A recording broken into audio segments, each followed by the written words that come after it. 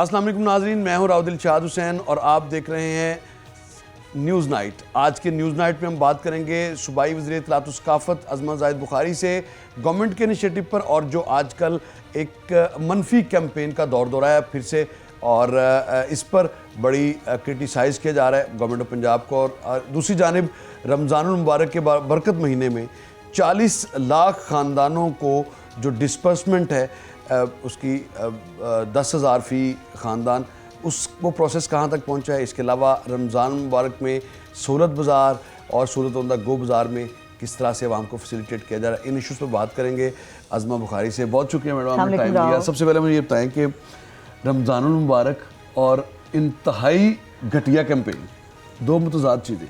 बिल्कुल आप दुरुस्त कह रहे हो, और ये अफसोसनाक बात है कि अल्लाह पाक तो शैतान कैद कर देते हैं, लेकिन मुझे लगता है कुछ ज़मीनी शैतान इतने ज़्यादा आपे से बाहर हैं कि उनको ना रमज़ानुल मुबारक के तकद्दुस का कोई ख्याल है, ना उनको कोई उनके पास कोई मॉरल एथिक्स हैं, ना उनकी कोई घरेलू तरबियत हुई है शायद।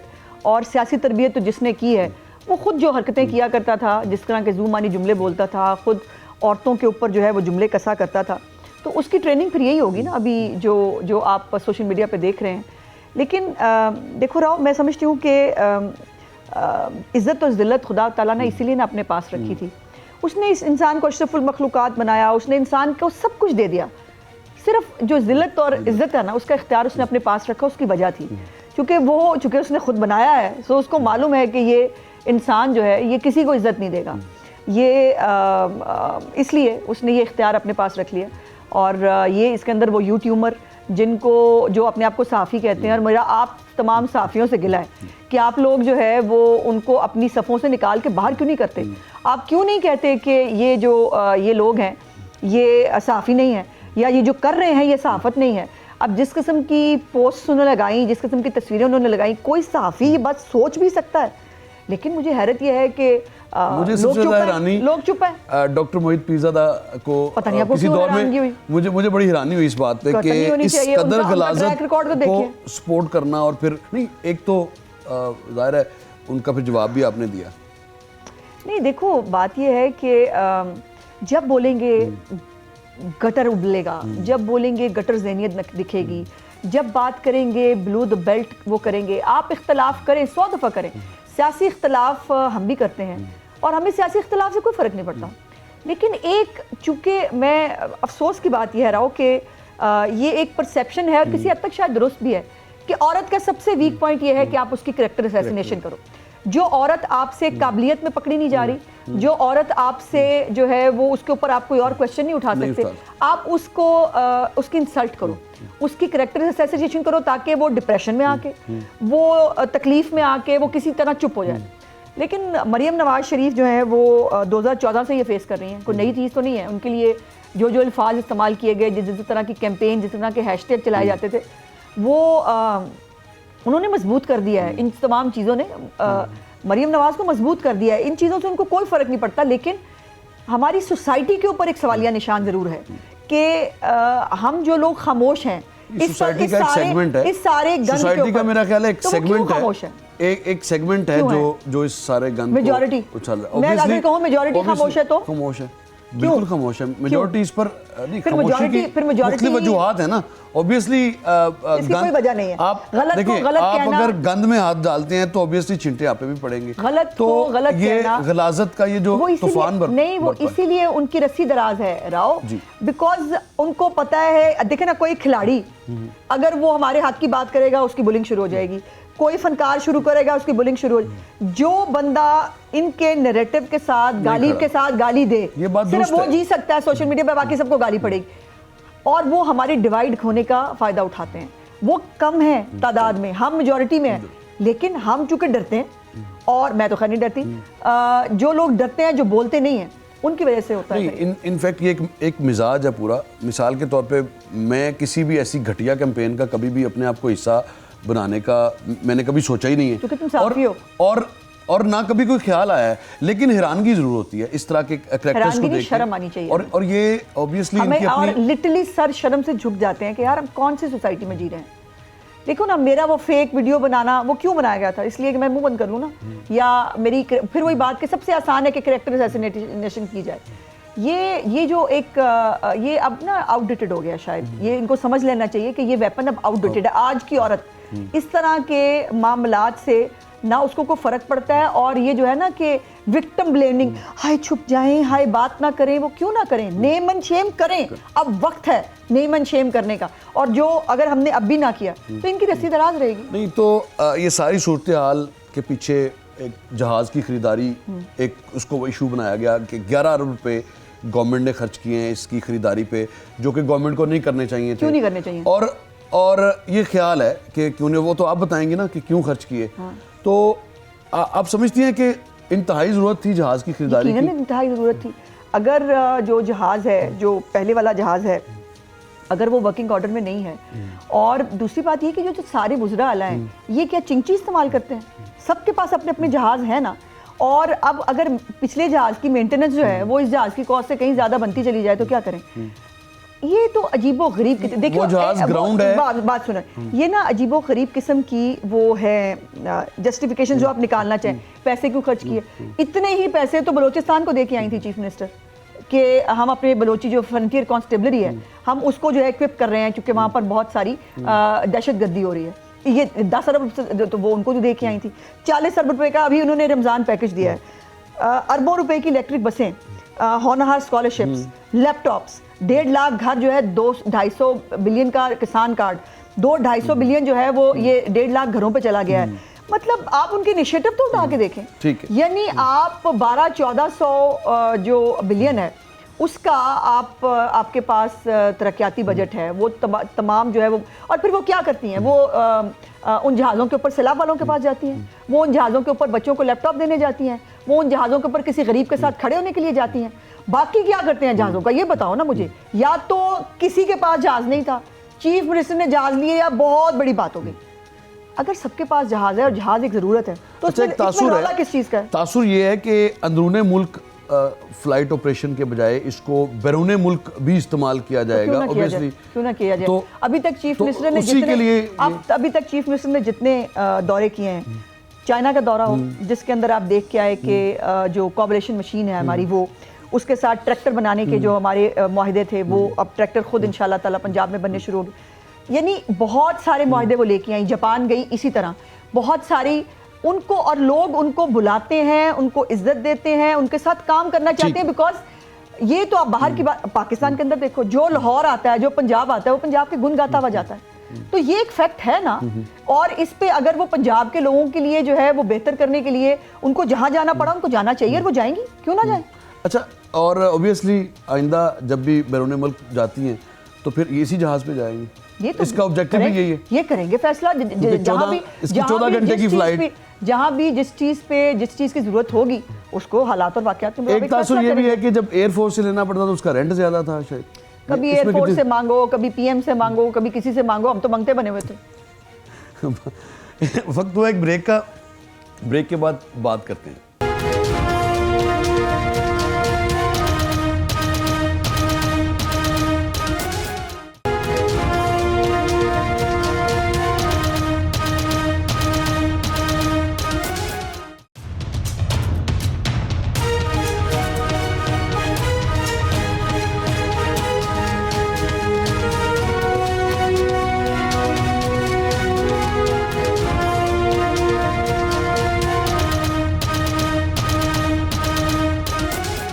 पंजाब हुकूमत जहाज़ के मामले पर पहले बैकफुट पर क्यों रही है पूछते हैं।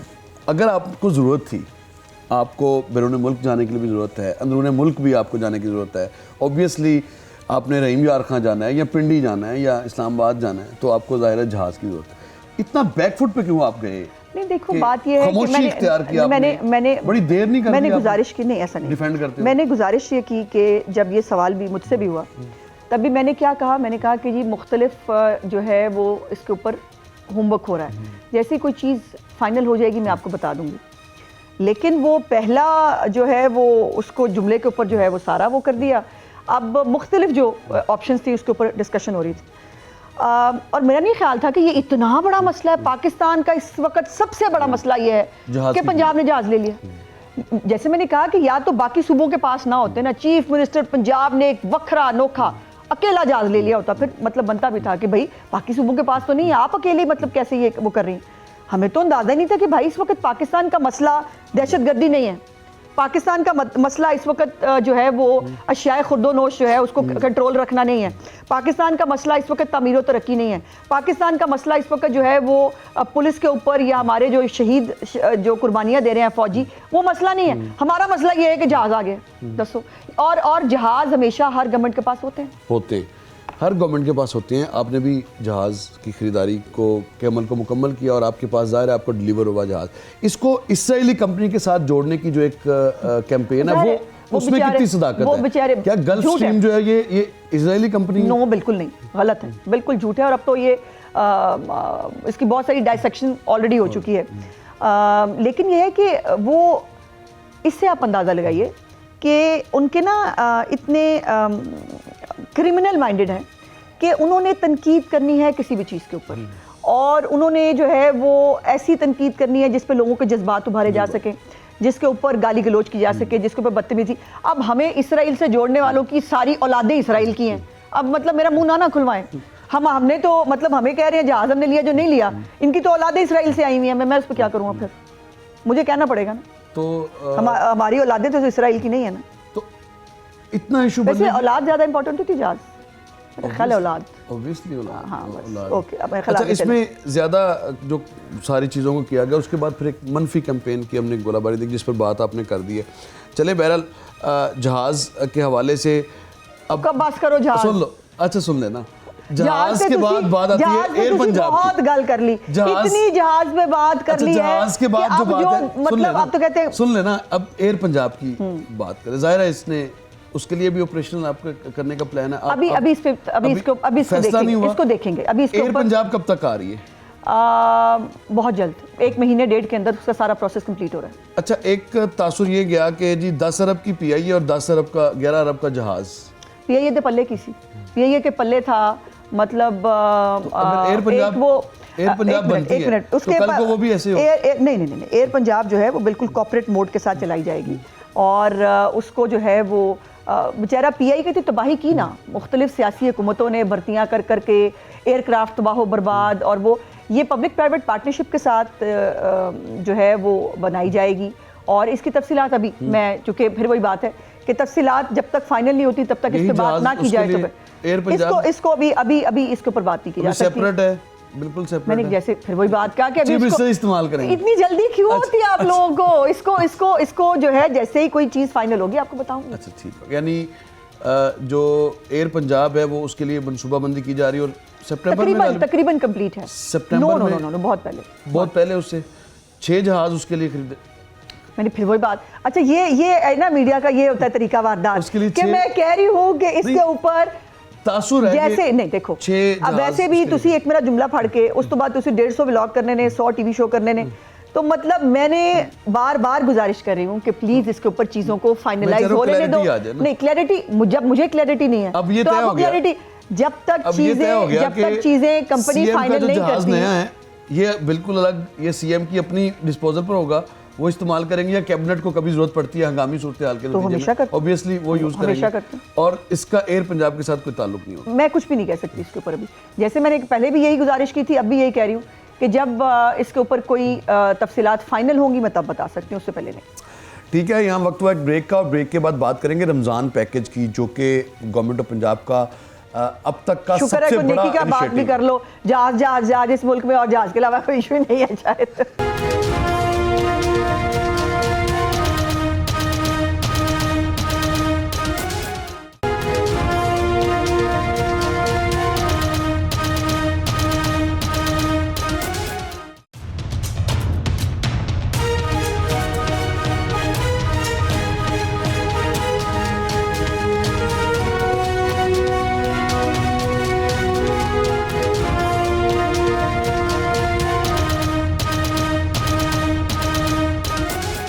वेलकम बैक नाज़रीन। अब बात करेंगे पंजाब गवर्नमेंट का सबसे बड़ा अब तक का जो तारीखी बजट जिसको कहा जा रहा है 40 अरब रुपए जो कि जो डोर स्टेप पर पहुंचाना है मुस्तहकीन की, इसकी क्या सूरत है?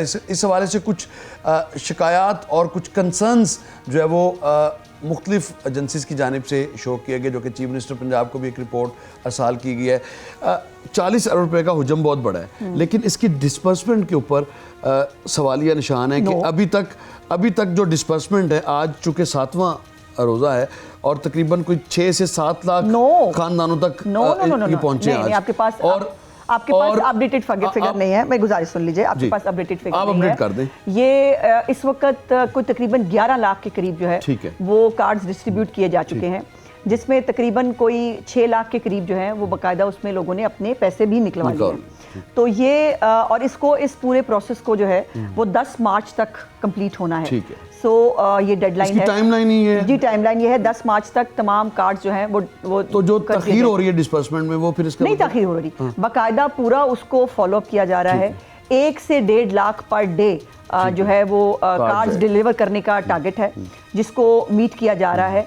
पहले 2 रोजों में थोड़ा स्लो था, जो 1 लाख जो 1,10,000 1,12 तक जो है वो गया, लेकिन उसके बाद अब आप रिपोर्ट भी नहीं छुपा सकते, सब कुछ आपके डैशबोर्ड पे है और सब कुछ सामने है। चीफ मिनिस्टर कोई बात छुपने देती नहीं है, ऑब्वियसली वो सब कुछ सामने। तो इसी के तनाजुर में ये कह रहा था कि बहुत सारे लोग ये सवाल करते हैं कि हमारा नाम है लेकिन अभी तक हमें मिले नहीं, तो उनको 10 मार्च तक, यानी 10 मार्च इज अ डेडलाइन, उससे पहले सब जो बेनिफिशरीज उनको कार्ड मिल जाएंगे जी। 10 मार्च तक ये जो कार्ड्स हैं ये डिस्ट्रीब्यूट हो जाएंगे। इस हवाले से अब तक 11 लाख का फिगर है मेरे पास, जो 12 बजे तक का फिगर था वो तकरीबन 7 लाख का था। अब इसमें ऑब्वियसली 7 लाख 3 दिन पहले था, 7 लाख 3 दिन पहले था जब चीफ मिनिस्टर ने इस पे ब्रीफिंग ली, तो तब उनको बताया गया कि 7 लाख जो है वो उस दिन का फिगर था, आज वो 11 लाख के करीब है। 10 मार्च तक तो कंप्लीट होगा जी इंशाल्लाह। चलें, अच्छा, सूरत बाजार, सूरत ऑन द गो बाजार गवर्नमेंट का इनिशिएटिव, तादाद बिलाशुबा कम है, लेकिन उसमें भी जो चीफ मिनिस्टर पंजाब को एक रिपोर्ट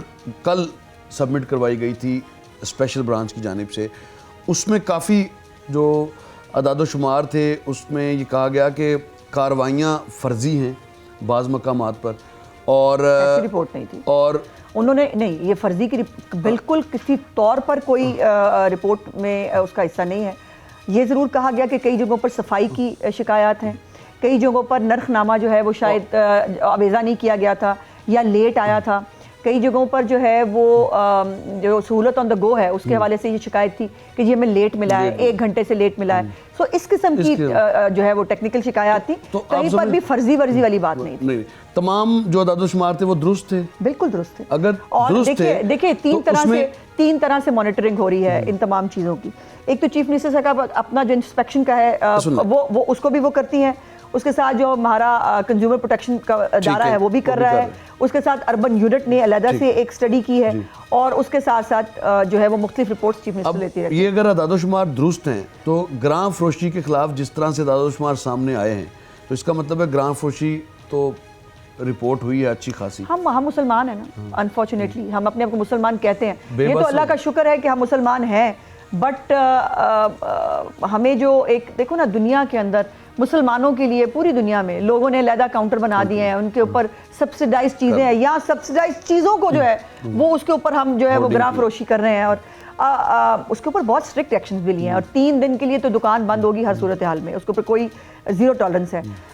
जुर्माने भी हुए हैं, कईयों पे तो FIR भी हुई है जो बार बार अगर इसको रिपीट करते हैं तो। और चीफ मिनिस्टर ने तो कल जो है वो जब मीटिंग मिली थी तो उन्होंने रिक्वेस्ट भी की थी कि बायकॉट करें, जो आपको जो है वो कीमत से ज़्यादा आपको प्राइसेस जो है वो करे, उसका बायकॉट करें, तो जो मैक्सिमम पॉसिबल है। लेकिन मेरा दूसरा सवाल है कि आपने पूरे पाकिस्तान में किसी और सूबे में किसी तरह की कोई एक्सरसाइज देखी है, किसी पैकेज के हवाले से? हम जहाँ रहते हैं वहीं को ऑब्जर्व करना है, वहीं के प्रोग्राम करना है, लेकिन आप साफी हो ना, कहीं से कोई रिपोर्ट आई आपको कि किसी, बाकी भी पूरे पाकिस्तान में रमज़ान है ना, किसी सूबाई हुकूमत ने कोई इनिशिएटिव लिया हो, कोई पैकेज अनाउंस किया हो, कोई बाज़ारों के अंदर किसी ने ग्राम फरोशी के ऊपर वो किया हो, तो ये मतलब एक कलेक्टिव एफर्ट ऑब्वियसली अगर होनी चाहिए ताकि रमज़ान में सब लोगों को जो है वो आसानी मिले। जैसे फेडरल गवर्नमेंट ने किया वैसे ही बाकी अगर गवर्नमेंट करती तो यकीनन इसका फ़ायदा आम आदमी को होना था। तो इसका मतलब है कि सख्त सजाएं हैं बहुत, और जुर्माने भी हैं, माफ़ी कोई नहीं, बिल्कुल माफ़ी नहीं। CM की डिक्शनरी में जो ये तो अब रमज़ान की बात हम करें ना, अदरवाइज भी उनका बहुत ज़्यादा फोकस महंगाई के ऊपर होता है। आटे की कीमत पे वो बर्दाश्त नहीं करती, वो लाइन हाजिरी होती है। चीनी की कीमत जो है वो चले फेडरल आप ये गवर्नमेंट कह रही उसको वो कि- करती है। सब्जियों की कीमत, मेरी चीफ मिनिस्टर आटे, टमाटर, प्याज सबकी कीमतों पे नजर रखने आई है। आप ये कह रही हैं कि महंगाई बिल्कुल नहीं है? नहीं, मैंने ऐसा नहीं कहा। मैं ये कह रही हूँ कि महंगाई पे पूरी तरह नजर रख के उसको कंट्रोल करने की मैक्सिमम कंट्रोल, पॉसिबल कोशिश की जा रही है। और इस दफा जो कीमतें हैं, मैं आपसे जरूर कहूंगी, आप एक अच्छे सीनियर सहाफी हो, पिछले साल की कीमतों में और इस साल की कीमतों में जरा कंपैरिजन करो। आलू की, प्याज की, आलू का बेसन की। कंपैरिजन ना करें। चलो आलू का- तुम यही कहोगे आलू का चलो, कंपैरिजन ना करें, बेचारा ओके। बड़ा बुरा हाल है। अच्छा चलो, उनका बड़ा बुरा आलू वो आलू बाहर भिजवाने के लिए भी चीफ मिनिस्टर जो है वो लगी हुई है फेडरल गवर्नमेंट के साथ, हम बाहर भिजवाने बाकी के लिए चीज़ों का उनकी जरूरत पड़ेगी। प्याज देख लो, लीमू देख लो, आप चीनी देख लो, आप बेसन देख लो, इन तमाम चीज़ों का कंपैरिजन निकालो पिछले हमारी कारकर्दगी से। उससे पीछे तो मैं जाती नहीं ना। जब चीफ मिनिस्टर हुकूमत में आई थी, आपका तीसरा रमजान है। 340 रुपए प्याज था, याद है आपको? जी। 340 रुपए प्याज था, जब वो गली में भी निकल गई थी एक में किराने वाले की, सब्जी वाले की दुकान पे पता करने के लिए। प्याज उठा के भी लोग भागना शुरू हो गए। तो ये वो मीम्स तो ज़रा को काम करेंगी ना, उन्होंने जिन्होंने मीम्स बनानी है वो सिर्फ वही कर सकते हैं, वो काम करती हैं, वो काम कर रही हैं। सो इसलिए आप अब ये पिछले साल से हमारा कंपैरिजन जो है वो करके देख लो, और अल्हम्दुलिल्लाह इस दफ़ा तमाम कीमतों में अब आपको। अच्छा, फिर दूसरी बात, कहीं शॉर्टेज की खबर आई है आपको? नहीं, शॉर्टेज की खबर नहीं आई। ये भी बहुत अदरवाइज बड़ा- चीनी, ये भी बहुत बड़ा credit है। अदरवाइज जो माजी में हम भी करते रहे हैं कि चीनी के हवाले से बड़ी शिकायत आती थी कि सिर्फ अगर चीनी मिलनी नहीं, है तो even एक आटा। मिलनी है, even आटा। और चीनी दोनों मिलनी है तो एक महदूद क्वांटिटी में आप ले सकते हैं। लेकिन इस मरतबा अभी हमने पहली रमज़ान को प्रोग्राम किया था सूरत बाज़ार में, जिस दिन चीफ मिनिस्टर साहब उधर गई हैं, तो ये बात हमने की। और ये मेरे लिए बतौर सहाफ़ी भी हैरानकुन था कि जितनी मर्जी जो चीनी है कोई अच्छी बातों का क्रेडिट भी दे दिया करे साफी भाई हमें। मैं कह तो उसी साथ हार वेले ना, मतलब सीरियसली मैं तो कह रहा हूं, ये ऐसे लगता मैं तो है कह रहा हूं एसएचओ साहब ने कि मैं एक मुजरिम हूं देखिए ऐसे और नहीं, मैं ऐसे मैंने नहीं फटे पे बिठाया। आप हमारी हुणे ही गाल करो, इत्थे ही गाल करो। आप हमारी बड़ी बहन है। मैं मजाक कर रही हूं और ये मेरे लिए खुशी की बात है। मेरे लिए ये हैरानकुन बात थी वाकई में। शुक्रिया। उसके अलावा आपकी उसके अलावा बहुत सारी शिकायत हैं, वो होंगी, बिल्कुल होंगी। वो with the passage of time पीरा के हवाले से बहुत सारी शिकायत हैं। लोग रोना पिटना शुरू हो गए कि यार ये तो इन्होंने अलग से एक दुकानदारी शुरू कर ली है। तो बहरहाल वो मुस्तकिल में अब इसमें कॉन्ट्रडिक्शन है। एक तरफ ये है कि आप कह रहे हो कि ग्राफ फरोशी हो रही है, लोग जो है वो कर रहे हैं। दूसरी तरफ अगर उनके ऊपर एक्शन लें तो फिर वो रोना धोना शुरू है। एक्शन एक डिफरेंट चीज़ है। एक्शन पे सारों को समझ आती है कि ये मसला है, लेकिन उसके अलावा अपने आप को वही कारपोरेशन के मुलाजमीन की तरह पीरा के जो मेरा ख्याल है वो आपको मुस्तकबिल में जो आपको शिकायत ज़्यादा आएंगी वो पीरा के रोल के हवाले से आएंगी, क्योंकि बहुत ज़्यादा ये इसके ऊपर सीएम बहुत चेक रखती हैं पीरा के ऊपर भी। आप भी इसको चेक करवा लें स्पेशल ब्रांच से, मुख्तलिफ मार्केट्स में इनका क्या रोल है, मार्केट्स में तजावजात लगवाने में इनका क्या रोल है, उस पर आप अपनी स्पेशल ब्रांच से चेक करवा लें, किसी से ज़रूरत नहीं है। वक्त हुआ एक ब्रेक का, और ब्रेक के बाद फर्दर इश्यूज पर बात करते हैं।